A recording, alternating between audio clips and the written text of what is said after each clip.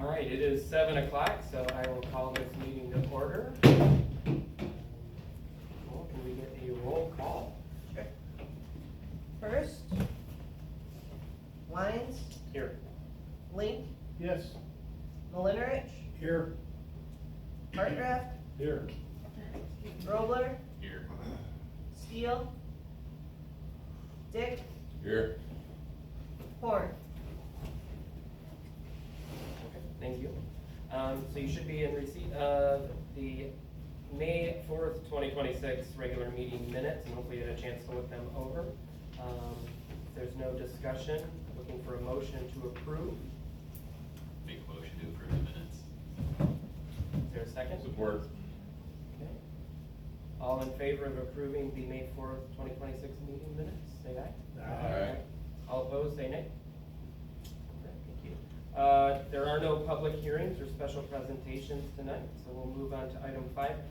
Public comment on non-agenda items only. Any person wishing to address the planning commission on a non-agenda items only are asked to state their name and address for the record. Limit their comments to 5 minutes or 10 minutes if representing a group of persons. Opportunity will be given to address the planning commission on agenda items as they are called on the agenda. Yes, first, are there any that we received via email or letter? There are none. Okay, thank you. And are there any public comments? Okay, seeing none, we will move on to item 6, communications. Looks like we are in receipt of item A, attendance letter. I don't know if you need to go over that or not. This is just information for your packet, Okay. just about consecutive absences by planning commission. Okay, thank you. All right, move on to item 7, which is unfinished business. There is none. So we will move on to item 8, new business, which is PC-04-26, 106 South Bridge Street, combined preliminary and final site plan review. I'll hand it over.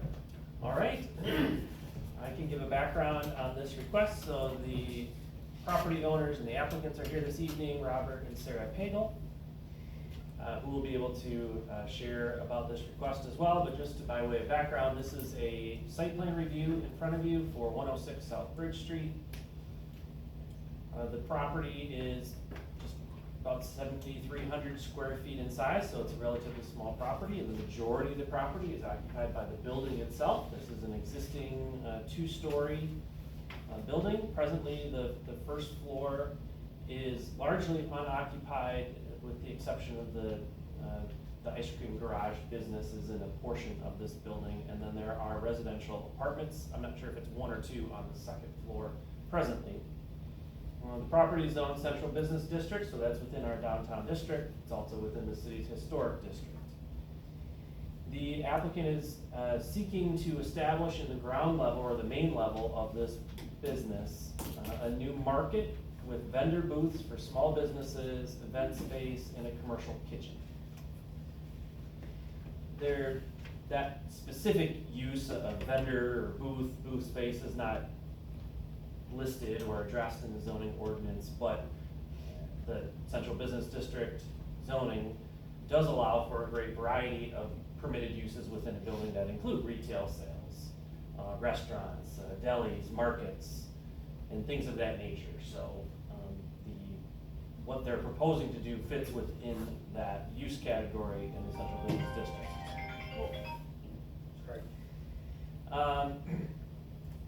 The reason that it is before the Planning Commission. So in most cases, the reoccupancy or establishment of a new use within an existing building is administrative review eligible.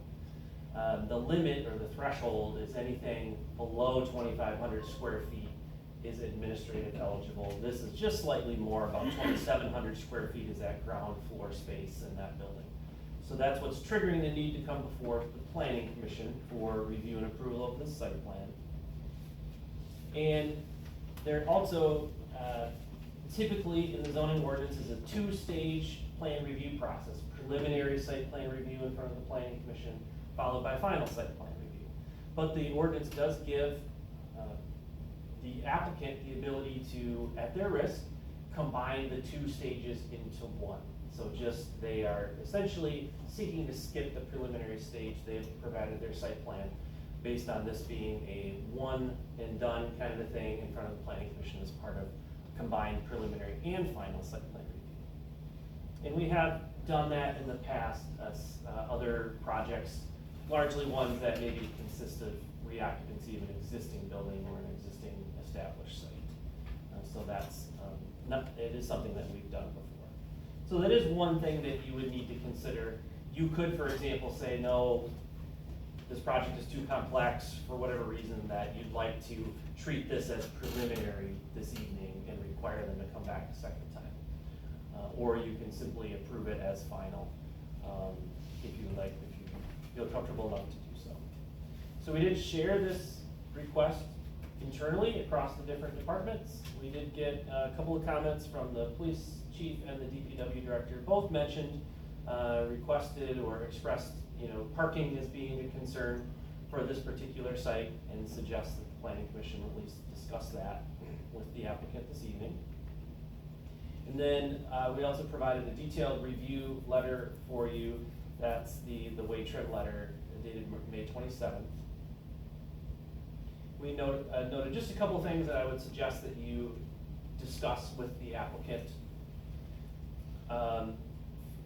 First, the information that's included on the site plan, in my opinion, is appropriate given the context of this project, the scale and scope of this project, reoccupancy of an existing building. But we did call out that they didn't actually, in the site plan view, show the limits of the property lines, nor did they provide information about easements.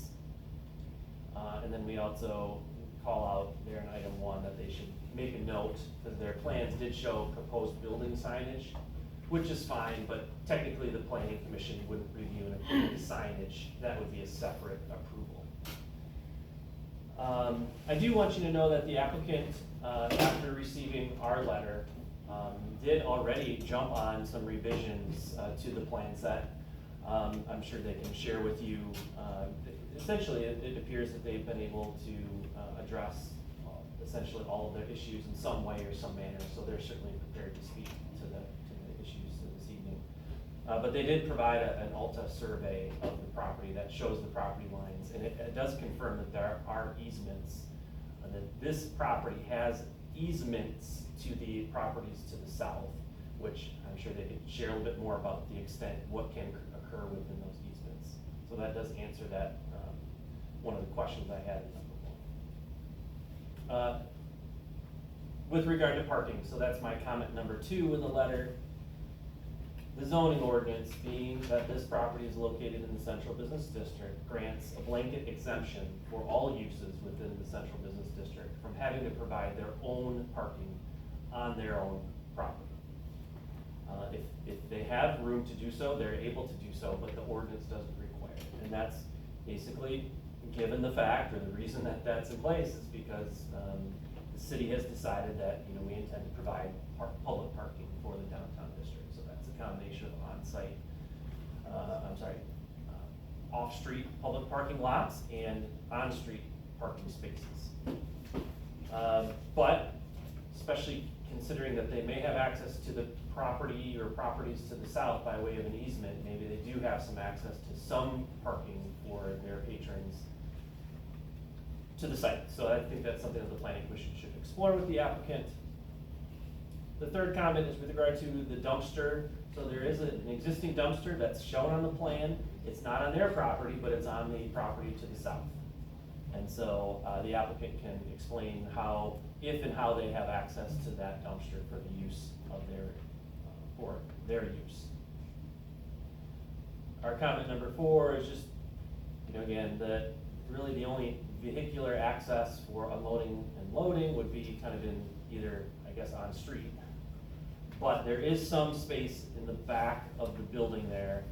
They didn't actually identify a space on their site plan where loading and unloading would occur, so I think you should inquire with the applicant about that. And then finally, our 5th comment is that the ordinance encourages and even requires for any new site plan some sort of pedestrian or bicycle accommodation, whether it's a bench or bike racks or something like that. I did see that on the revised plan that they're willing to put up some bike racks on their property. They can share about that as well, so. Those are our comments. If you have any questions for me before you hear from the applicant, you'd like to try and answer them. Okay. Are there any specific questions for Adam before we hear from the applicant? All right, so if you'd like to share any additional information? Yeah, maybe I can give a little history. Sure. So when we purchased the building, originally we purchased it to run our engineering business out of the bottom of it. The ice cream garage was like a separate entrance, and for a while we had our engineering company there.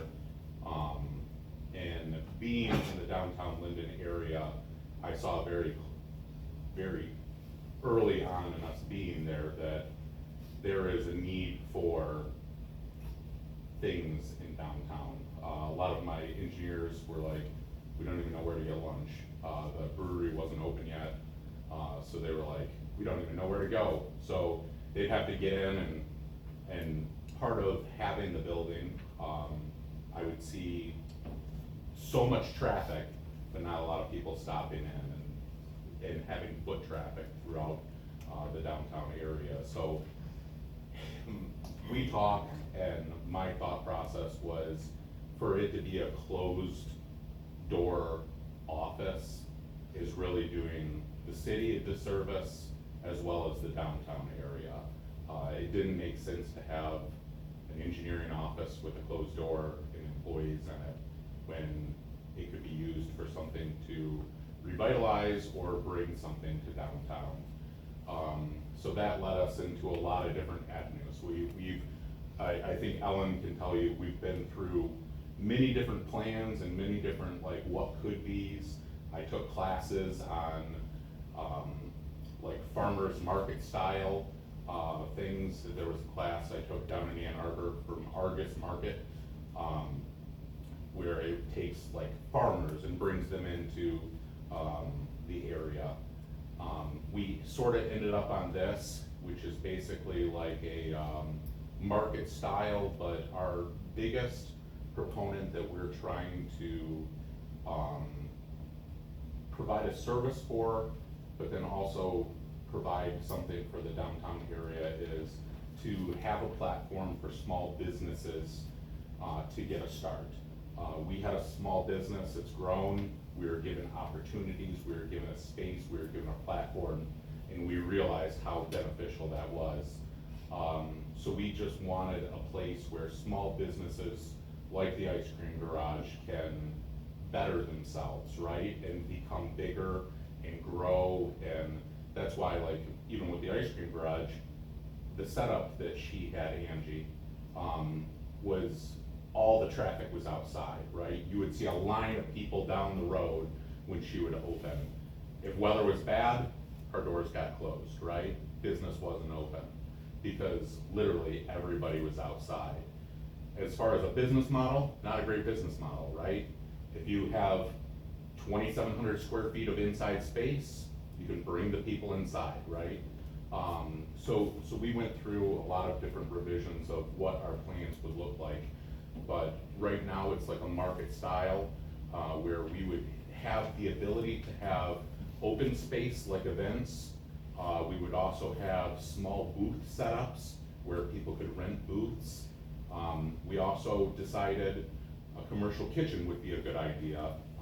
It's very popular right now to have like food trucks.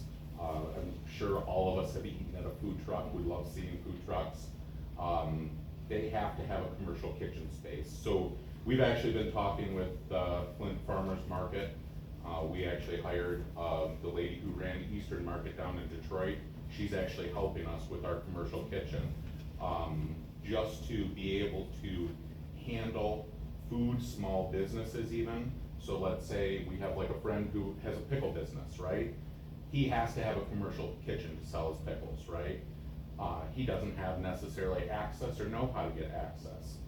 That's something that we could provide, you know? So we're trying to get these small businesses that are all over our community that might just need an opportunity, a shop, a space, just to be seen, to be able to grow that business into the next scalable thing.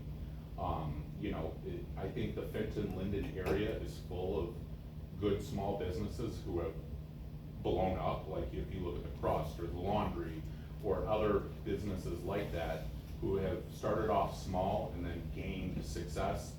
That's basically the sort of people we're after. Small town businesses who just need an opportunity to get started. So that's sort of where our idea landed, and that's what we're pursuing. Obviously, just redoing the insides adds value to the downtown area, it adds value to the building, which if the marketplace doesn't work, we can always figure something out afterwards, but that's sort of where our heads are at right now. All right, thank you. So I guess, first of all, is we wanna make sure we get, I guess we'll do opportunity for public comment. Are there any comments from the public before we address any questions that we might have? Okay. And commissioners, before we discuss it amongst ourselves, are there questions for the applicant? I'm wondering if you have any images of the revised site plan that we could put up here for? We did send the revised to Adam, and it does speak of the egress, and I can go through the bullet points that we have, not egress, easement. The easement that is the parking lot that is adjacent to our property, it is like a 100-year easement that had been put in place, basically to act as a parking lot for the building, but it wouldn't necessarily be a public parking lot. It's for the apartments. It has a dumpster in the back. This one shows the Alta survey, so it sort of shows our property lines. This is the one that Adam's showing. And then in the next slide, I think it talks about, and it gives like bullet points for the easement itself. So the bold black is our property line. And so the easement is the southwest corner? Correct. That easement is right there. Yeah, it appears, so you've got two different easements, it looks like a So- 15-foot wide, and that Yeah. would be, There is an easement also to the north as well.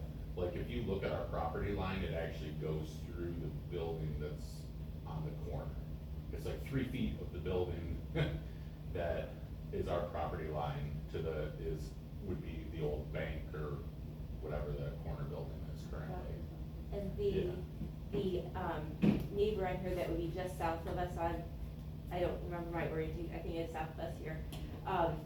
They also have an easement so that they're able to park 2 to 3 vehicles directly behind their building. Sort of where the house is. Yes.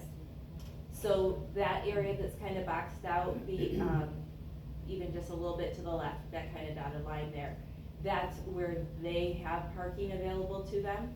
So we wouldn't want to add any additional like customer parking where they might park it and block those individuals in. And also having tenants upstairs, we need to have parking for them, room for the dumpster company to be able to empty the dumpster, and which is on the, what is it, the bulletin that shows the drawings, also has a spot for where delivery vehicles can be. So if we had customer parking, there could be some conflicts in accessing that space, some blockage by people. Yeah, so the easement There we basically go. would continue to be parking for the apartments and for the people who live in the building. yeah, so it showed right immediately adjacent to the church, so that would be on the western side. Is a 15-foot wide, it said egress easement, and then immediately next to that was a 30-foot wide parking easement. So you've got a strip of about 45 feet. on the Yeah. property to the south, starting at the church's fence into those properties. From what I could tell back in the day, because we even tried to look up the easement, of what, or why it started, and I think there was basically like a drive that went through and all the way through. So people would cut through between the florist and then pop out the other side, and people were using it as like, oh, I don't wanna hit this red light, I'll just go whip around this building. And then that's when they decided to, okay, we need to block this off, what is whose property, and, you know, that's where the easement came from, When was that? a long time Well, ago. I've lived here since 1969. Yeah. And this would've been what he heard Yeah. from. The other neighbor neighbors, who right? lives, it would be that neighbor building line right there, I forget what his name is, he comes and talks to me all the time. The guy that used to do the TV repair. Probably, yeah. That used to, when I was a kid, that was, I gotta think of the name of the people that lived there. Yeah. There was no business in. Well, thank you for providing that. I noticed you had the bike racks. I appreciate that, in particular since the laugh pathway Yeah. is close to being done. close to Yeah, end. we put bike racks in, I would like to talk about that to see what possibilities there are. I know that As we, far as location. as far as the location of them, we had, I'll call it the area that is sort of like, well, I put down rubber mulch because I thought it was better than the stones that the kids were throwing. And it turns out the rubber mulch was not a good idea as well, so I have to go through and pick that up as well. But, I'm wondering if some of that could be used for like a bike rack, almost where we had like, I'll call it like there were like garden beds or whatnot. If I could maybe level that out and put like a bike rack there, so it would almost be, it would be just left of where the cement slab is, where we have some of that like rubber mulch Yeah, currently. just left to the net Yeah. scope. Yeah, Mhm. But we are more than happy to add them. Actually, even with the ice cream garage's customer base, we noticed how many bicycles would be kind of thrown into the back of our building, right, where people are just Sure. trying to figure out, so it makes more sense to have a spot dedicated to it, where people would know this is where to put their bicycle. And I think it's knowing what works best for that, really to our building space and what the city, recommends. And you good there? One more question, how about the, loading and unloading zone? So How do you see that? currently, right now, loading and unloading for the ice cream garage happens like any downtown would. The ice cream trucks come and they find a downtown parking spot. Now, I will tell you that I've seen it 1,000 times. They use the church parking lot, and the church is actually very nice and very cool. Like, we have a good relationship with them, and, usually I'll go talk to them every so often, just to make sure that we're not in their space, but as long as they don't have a service, they have no problem with us going and parking there for a temporary purpose, like loading and unloading. They've actually been super cool with us. So that's where I've seen the loading and unloading of trucks happen. I've also seen them just park in the parking lot that is across the street from there. And then they dolly stuff across the street. All across the church. Yes, Yeah. it is. Yeah. So the design team did, after the review and inquiries, add a spot here in that back parking lot where it potentially could be that zone for unloading and loading. I don't know how easy it would be for any box truck to back into that spot, especially so close to the intersection. It's- But there is enough space where they could potentially. You can get a truck in there. Yeah. It is, It's just busy on It's a the lot. road. You'd have to back it out, but you Yes. cannot. yes, That's a tough part. yes. Mhm. Yeah. Kind of adding on to that question, based on your vision of this right now, how often do you think, I mean, obviously it's a prediction, box truck type deliveries would be made? Honestly, the ice cream garage is probably gonna be the biggest traffic like that. I don't see a lot of the other, I don't see there being a lot of downtown deliveries being done. It's hard, Depends it's hard on our to, tenant yeah, base. it's hard to tell right now. Yeah. Thank you. Jerry, you had?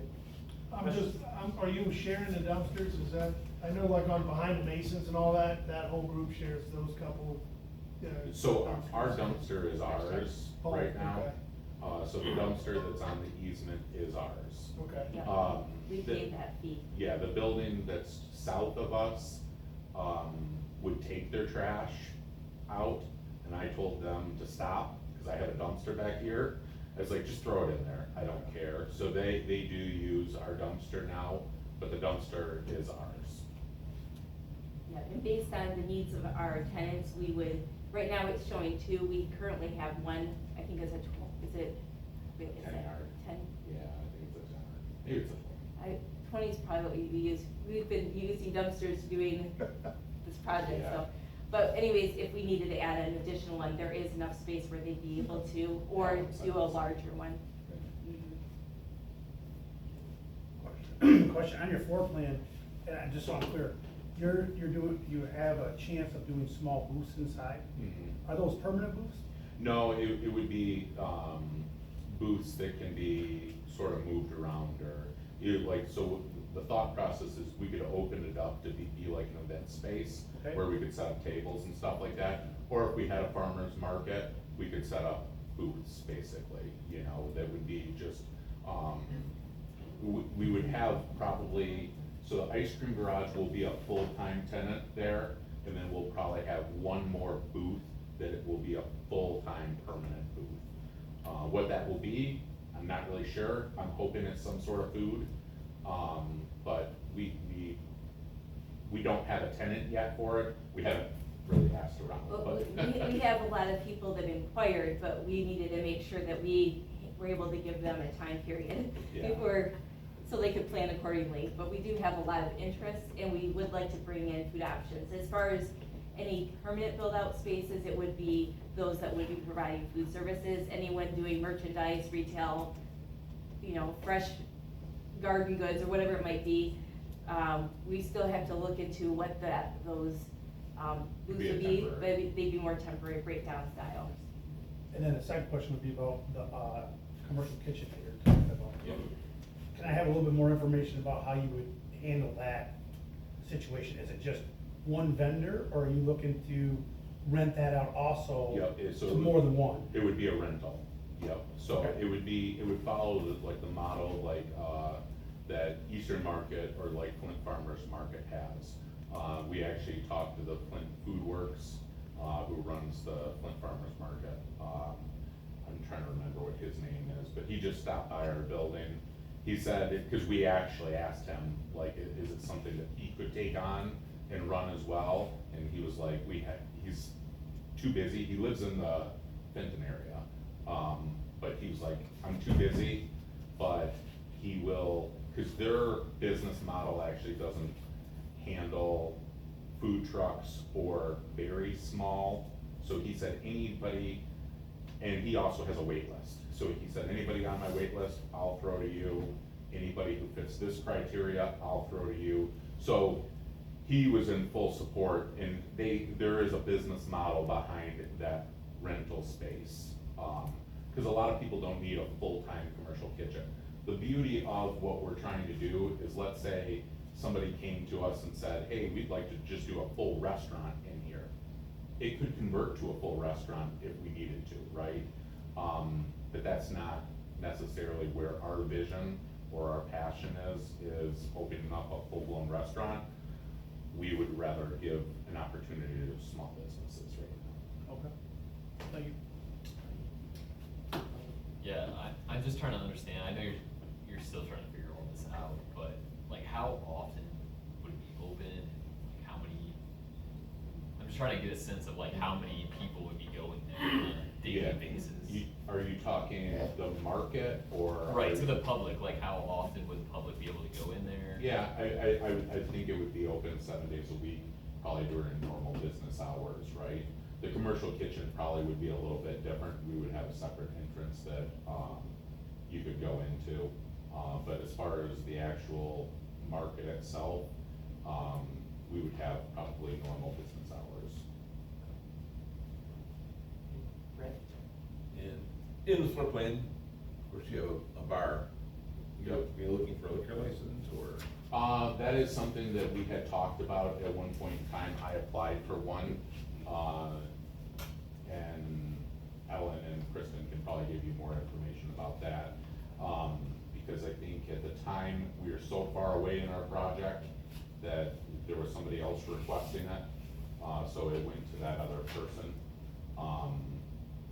But I know because it is the DDA, I know there is like a downtown district. Not to say we would be the owners of per said liquor license, and not to say that that would be an actual bar there. We don't really know because we haven't gotten that bar. It could also be a coffee bar or a juice bar, or it just made sense.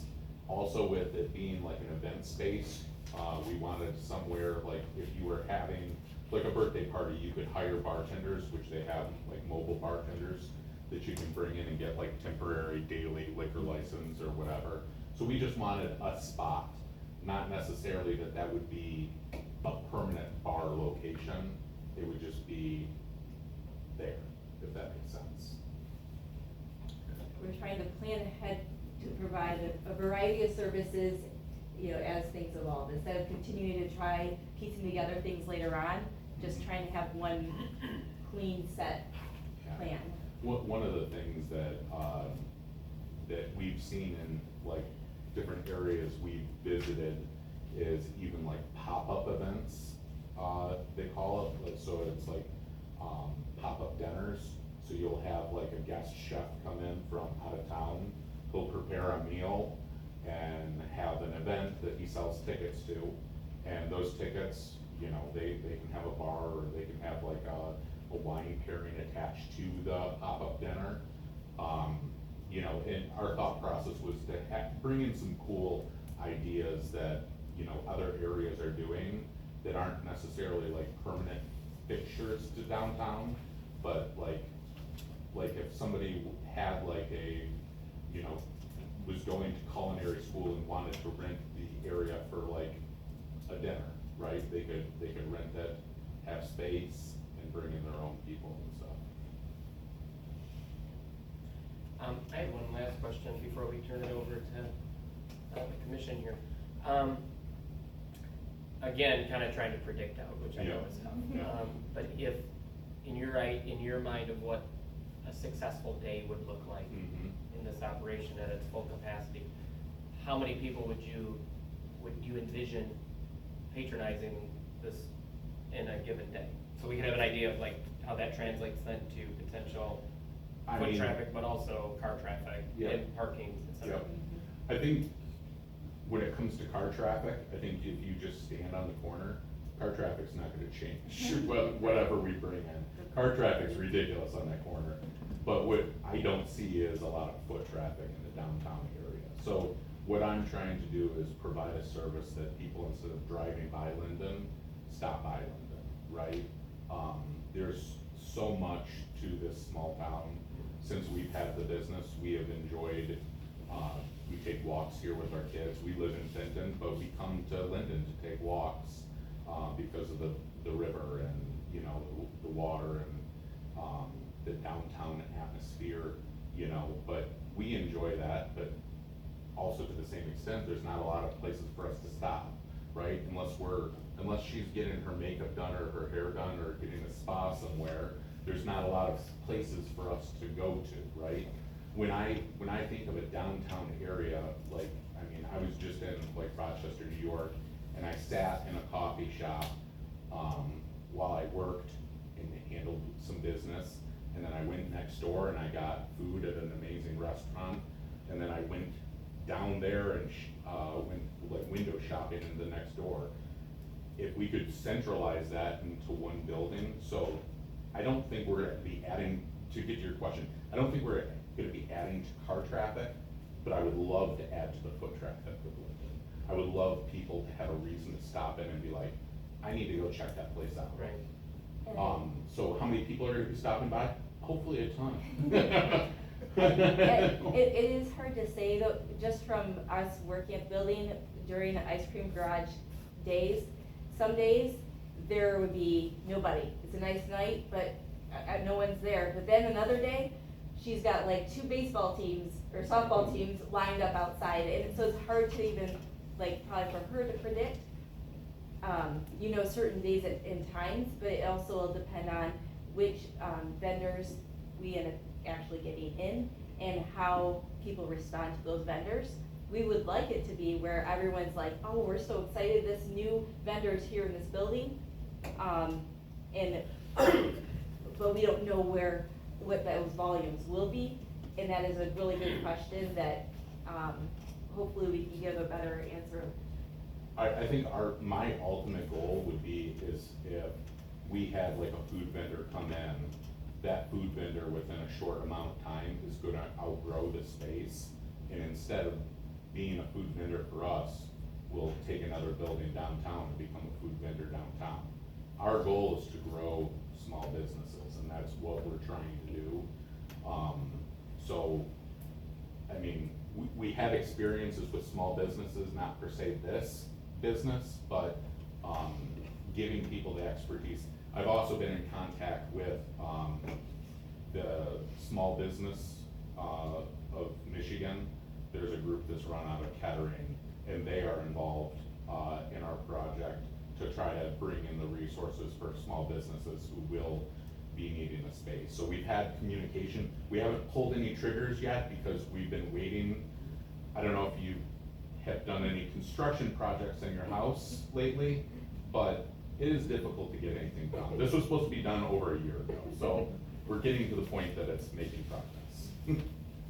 Thank you. Okay, so, thank you for all of that. I have one more Sure, question. go ahead. Common area in here, who's gonna be responsible for maintaining that? Obviously, you have a million kids running through there with ice cream and everything else, is it, on your, and you as the landlord, do you have cleaning companies that can be maintaining that, or? So we will have a maintenance person who's in there. The one thing we are doing is we are putting down a specific flooring that is very durable and cleanable. We're keeping in the front of the building where there's I'll call them original wood floors, we're keeping those, but everything else, including the bathrooms, what do they call the flooring? I forget what they said, but it's not the cheapest of flooring, but it is like the most durable, cleanable flooring that you can do. So, but we will have somebody maintenance. It is, as of now, like with the ice cream garage, I know that it's hard to manage people's kids when the parents are there to manage their kids, if that makes sense.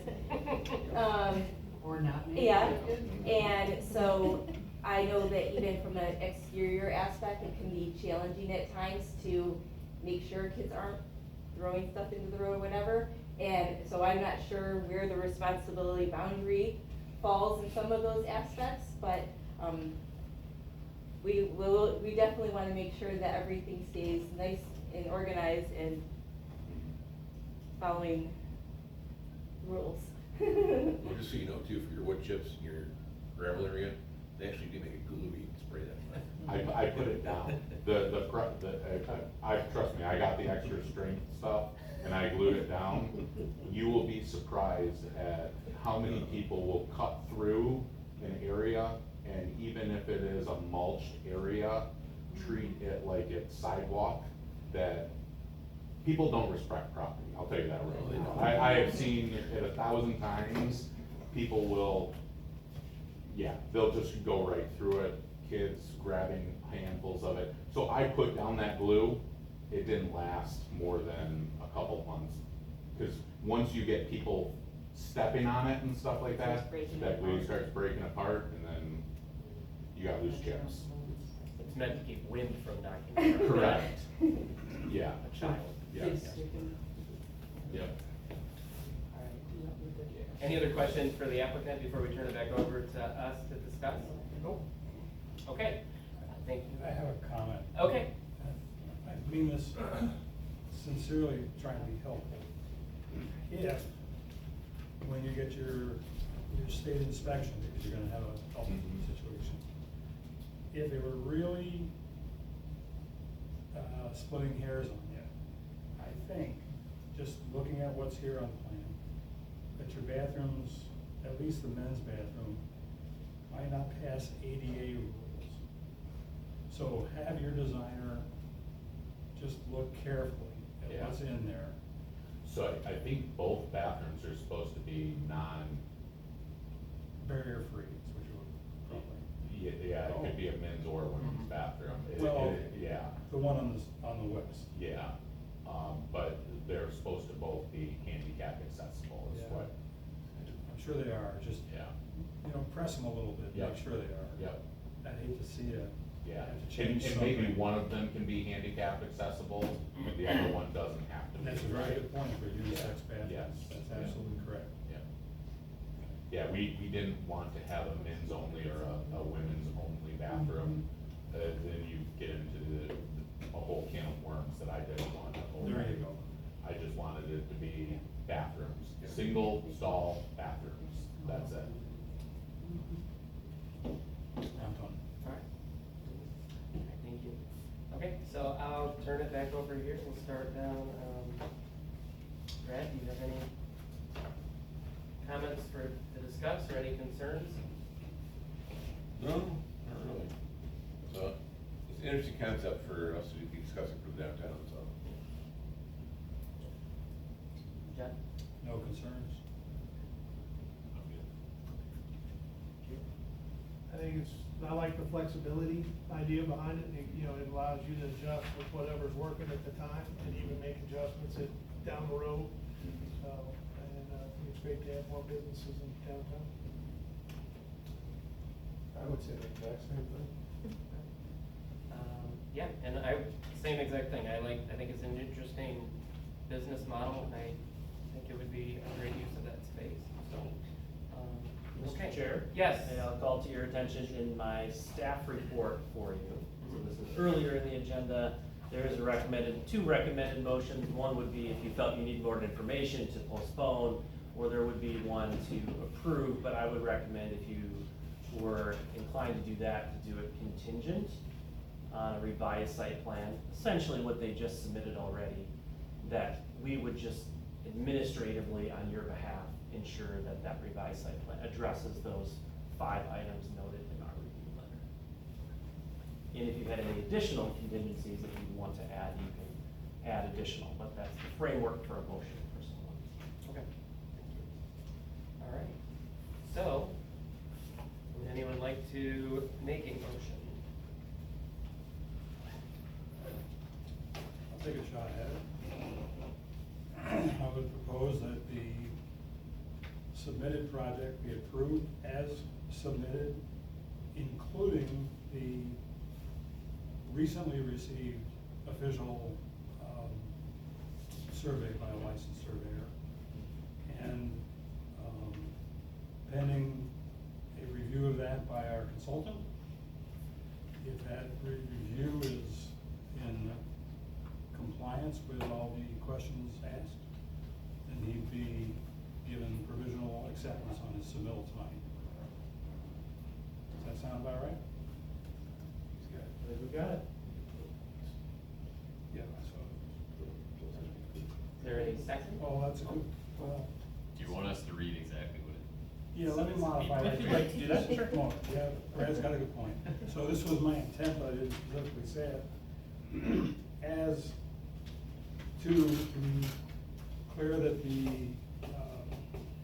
our consultant would review the bullet points contained in his initial review package and see that they have all been addressed successfully in the revised survey as submitted.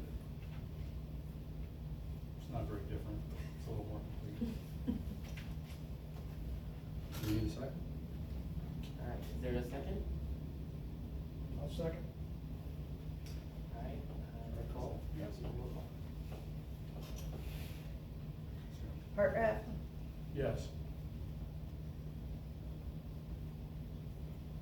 Steele, oh, sorry, Horn, no, Lyons, Yes. Dick, Yes. Link, Yes. Robler, Yes. Malinowicz. Yes. All right, thank you. And thank you Thank you. very much. Mr. Chair, I'd like to just say too, like, it's been a pleasure working with Fable Family and stuff like that. We've been engaged with them since, I feel like May of '24, maybe even Yeah. sooner. Yeah. And they could have easily probably abandoned the project because of, they've met some discouraging things along the way. We've tried really hard to, We have abandoned it at some point. But they were so engaged and so, focused on what the city of Linden had to offer, and they wanted to be able to be a part of that. We had multiple meetings with them, trying to identify and them trying to understand what they thought is seen as a need for the city. To the point where after they had advised that they were looking at the model of the Argus Farm Stop, I actually went down and visited all of the Argus Farm Stop locations and stuff like that. And so I appreciate his resilience and their willingness to take a chance on the city of Linden and engage with us and stuff. So it's been a long time coming, and it's great to see property owners like that. He's already invested a significant amount within the downtown and the business and stuff, and so really appreciate that. And so we're looking forward to seeing this move forward, and we'll be there to partner in whatever way we possibly can with them. Thank you. Yeah. Thank you. All right, so moving on to item 9, commissioner comments and reports. We'll start down here with. I'm good, thank you. Nothing new to report. Right. Nothing new, welcome to see your concept. Just another question off the top of my head, do you know how much capacity your free space or event space would be? I don't know, we would have to look into Yeah, that a right. little bit more. I think our architect actually did say what we could hold, but I forget what that was off the top of my head. I'll see if I can find it. The only thing I have to add is, as member of the Parks and Rec Commission, there is the event schedule that's at the tail end of our agenda tonight. We have had 3 events so far. The fly tying was fantastic. We had it here, and it was a great combination of seeing young people getting into fly tying, and some of the seniors, even members at LOC who were experts at it, teaching. We've got some opportunities coming up with that in the winter as well. I know the kite making event was a success. I think they had 40 participants, and it was a great night for it. And then the Memorial Day kayaking, which was kind of piggybacked off the Memorial Day event. 53 people showed up to take advantage of that. It was a great time, and we have some kid events, Little Explorers coming up in June, July, Bats in Our Backyard at Eagles Wooden Park, other Little Explorers, and then some in September. So please check them out, spread the word, all that good stuff. So that's it. All right. If there are no other comments from anybody, it is 7:49, and I will call this meeting adjourned. Have a good night, all. If any of us can sign that, unless you were just coming here for an enjoyable Monday night. That's the one signature sheet for the end of the week. That's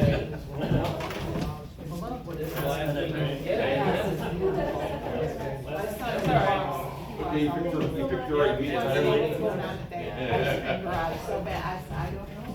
Because I looked at the and I didn't see them. Yeah. Are they gonna open back up? So right now, it's a lot. We were supposed to be done with construction April 1st. And we have had nothing but So, contractors, architects, you name it, it's gone back. We're on